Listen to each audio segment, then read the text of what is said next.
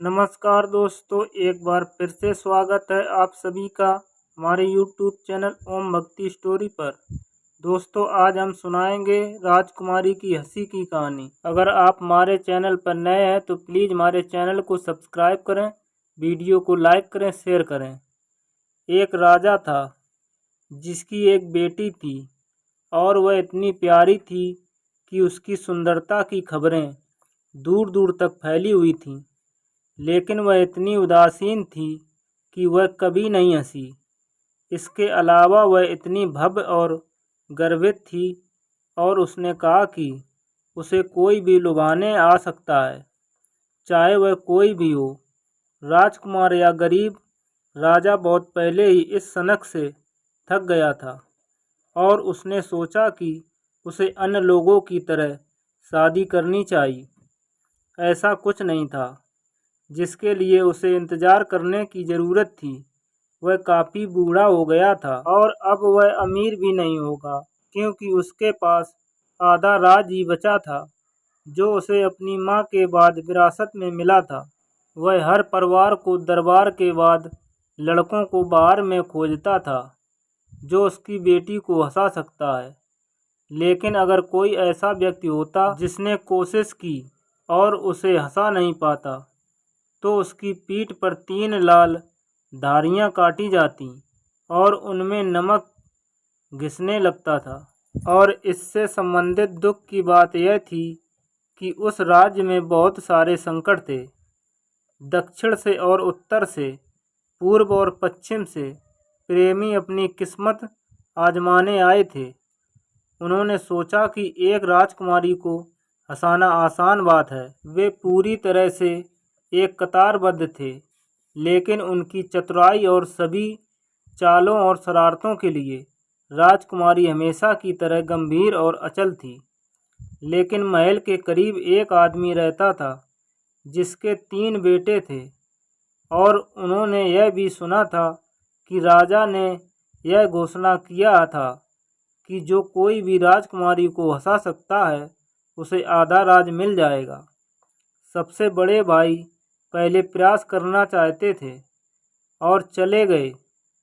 जब वह महल में आया तो उसने राजा से कहा कि वह राजकुमारी को हंसाने की कोशिश करेगा। हाँ हाँ, यह अच्छा है, राजा ने कहा, लेकिन मुझे डर है कि तुम बहुत कम उपयोग के हो। अपनी किस्मत आजमाने के लिए यहाँ बहुत से लोग हैं, लेकिन मेरी बेटी सिर्फ दुखी है और मुझे डर है कि तुम्हारी अच्छी कोशिश नहीं रहेगी। मुझे कोई और देखना पसंद है। लेकिन बालक ने सोचा कि वह किसी भी तरह की कोशिश करेगा। एक राजकुमारी को हंसाना इतना मुश्किल काम नहीं हो सकता था, क्योंकि हर कोई उस पर कई बार हंसा था जब वह सिपाही के रूप में सेवा करता था और अपनी परेड अलग तरीके से किया करता था। इसलिए वह राजकुमारी की खिड़कियों के बाहर छत पर चला गया और परेड करने लगा। लेकिन सब व्यर्थ। राजकुमारी पहले की तरह गंभीर और अचल बैठी रही। इसलिए वे उसे ले गए और उसकी पीठ से 3 चौड़ी लाल धारियां काटकर उसे घर भेज दिया। अपने दूसरे भाई से अलग होने और अपनी किस्मत आजमाने की उपेक्षा पर दूसरे भाई भी राजा के घर जाना चाहता था। वह एक शिक्षक था और एक मजाकिया भी था। उनका एक पैर दूसरी की तुलना में छोटा था और जब वे चलते थे तो पैर बुरी तरह से एक दूसरे से लिपट जाते थे। एक पल के लिए वह एक लड़के से बड़ा नहीं था, लेकिन अगले ही पल जब उसने अपने लंबे पैर पर खुद को खड़ा किया तो वह विशाल की तरह बड़ा और लंबा था, और इसके अलावा वह उपदेश देने में महान था। जब वह महल में आया और कहा कि वह राजकुमारी को हंसाना चाहता है, तो राजा ने सोचा कि यह इतनी संभावना नहीं है कि वह कर सकता है। और तब राजा ने कहा, लेकिन अगर आप सफल नहीं होते हैं तो मुझे आप पर दया आएगा, क्योंकि हम हर विफल होने वाले को उसके पीठ पर धारियां काटा करते हैं। इसलिए स्कूल के छात्र छत पर चले गए और राजकुमारी खिड़की के बाहर अपनी जगह ले ली, जहाँ उन्होंने उसे उपदेश दिया और वह 7 पारसियों की नकल करना शुरू कर दिया और पल्ली में उसके 7 क्लर्कों की तरह ही पढ़ना और गाना शुरू कर दिया। स्कूल के शिक्षक ने राजा को तब तक हंसाया जब तक कि वह दरवाजे की चौकी पर बैठने के लिए बाध्य नहीं हो गया और राजकुमारी सिर्फ मुस्कुराने की बात पर अड़ी रही। लेकिन अचानक वह हमेशा की तरह दुखी और अचल हो गई। इसलिए शिक्षक के साथ भी वह व्यवहार किया गया। वे शिक्षक को ले गए और उसकी पीठ पर 3 लाल धारियों को काट दिया, उनमें नमक डाला और उसे फिर से घर भेज दिया। खैर, सबसे छोटे भाई ने सोचा कि उसके पास अगली कोशिश होगी। उसका नाम हंस था, लेकिन भाइयों ने हंसते हुए उसका मजाक उड़ाया और उसे अपनी दुखती रंग दिखा दी।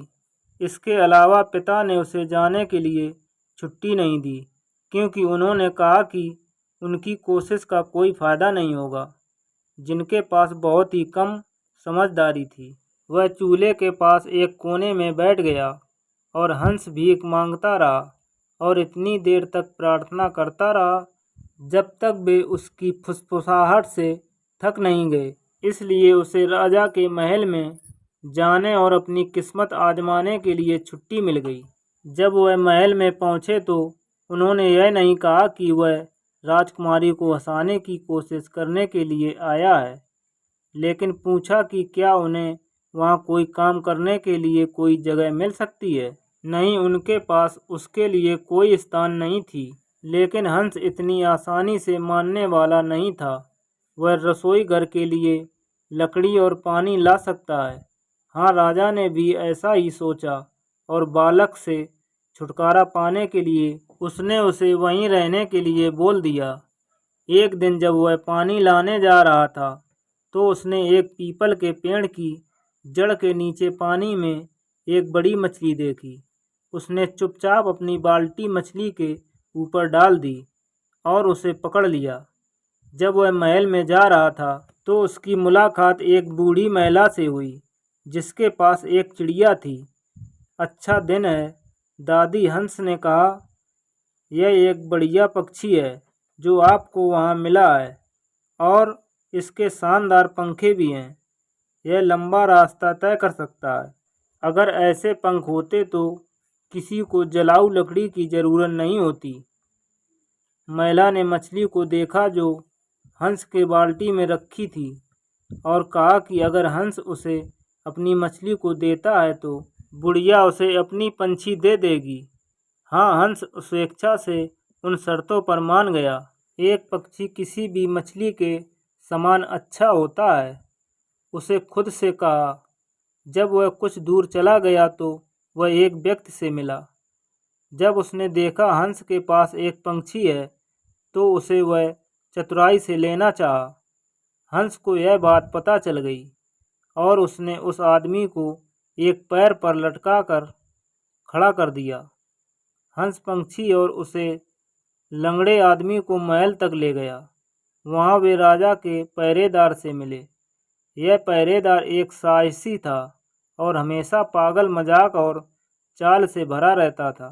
और जब उसने इस जुलूस को उछलते कूदते और लंगड़ाते हुए देखा तो वह जोर से हंसता रहा और अचानक उसने कहा, यह राजकुमारी को देखना चाहिए। इस झुंड को देखकर कौन बता सकता है कि कौन हंस है और कौन लंगड़ा है। पहरेदार ने खुद से कहा, यह देखने में बहुत मज़ा आएगा कि क्या मैं पूरे झुंड को रोक सकता हूँ। वह एक मजबूत आदमी था और वह बूढ़े आदमी को पकड़ लिया और आदमी चिल्लाया और कठिन संघर्ष किया।